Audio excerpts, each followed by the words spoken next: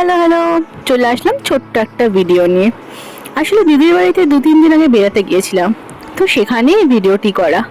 এখানে ইনফরমেশন দেবার মতো কিছুই নেই, এখানে শুধু মস্তি করছিলাম।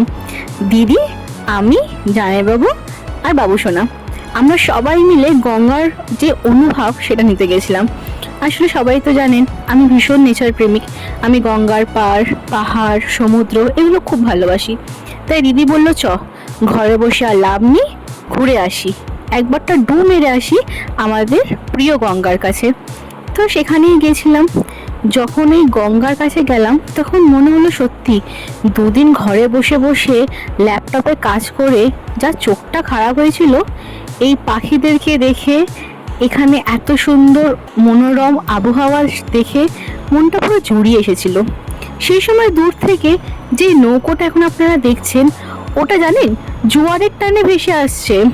সামনে এসে যখন দাঁড়িয়েছে তখন শুনছি ওতে ইঞ্জিন বন্ধ ছিল, ও জোয়ারের টানে ভেসে আসছিল। বাড়ি ফেরার সময় মনে হলো, ইস, যদি আরেকটুখানি যদি থাকতে পারতাম তাহলে কি ভালোটাই না হতো। সবাই মিলে এত মজা করছিলাম, এত ভালো লেগেছে যে কি বলবো।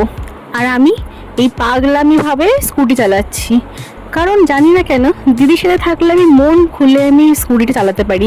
দাদার সাথে থাকলে দাদা বলে এদিকে যাস না ওদিকে যাস না। আমার মনে হয় নিজের স্বাধীনতাটা